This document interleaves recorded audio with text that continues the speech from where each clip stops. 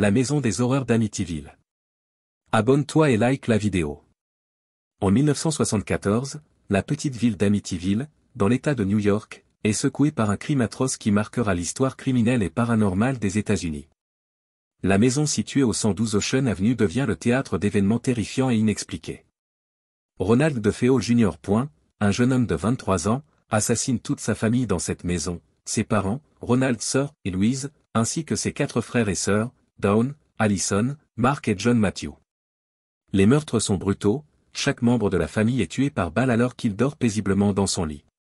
Ronald Jr. court jusqu'au bar local et déclare que sa famille a été tuée.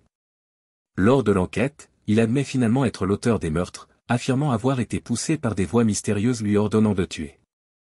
Il est rapidement arrêté, jugé, et condamné à la prison à vie. L'année suivante, en décembre 1975, George et Kathy Lutz emménagent dans la maison avec leurs 3 enfants, espérant y commencer une nouvelle vie. Ils sont informés des meurtres qui ont eu lieu dans la maison, mais décidés à ne pas laisser le passé les affecter, ils décident d'aller de l'avant. Cependant, leur rêve de tranquillité est rapidement brisé par une série d'événements inexpliqués et effrayants. Dès leur première nuit dans la maison, George et Kathy commencent à ressentir une atmosphère oppressante et inquiétante. Des bruits étranges, comme des coups sourds et des murmures, se font entendre dans toute la maison. Les portes et les fenêtres s'ouvrent et se ferment d'elles-mêmes, et des taches mystérieuses apparaissent sur les murs et les plafonds. George commence à se réveiller systématiquement à 3h15 du matin, l'heure présumée des meurtres de la famille DeFeo. L'activité paranormale ne cesse de s'intensifier. Kathy rapporte avoir été touchée par des mains invisibles et avoir vu des apparitions fantomatiques.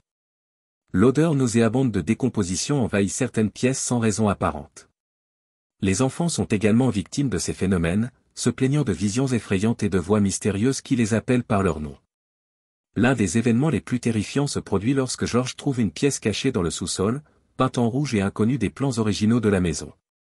Cette salle rouge dégage une énergie sinistre, et les Lutz commencent à croire que la maison elle-même est hantée par une force maléfique.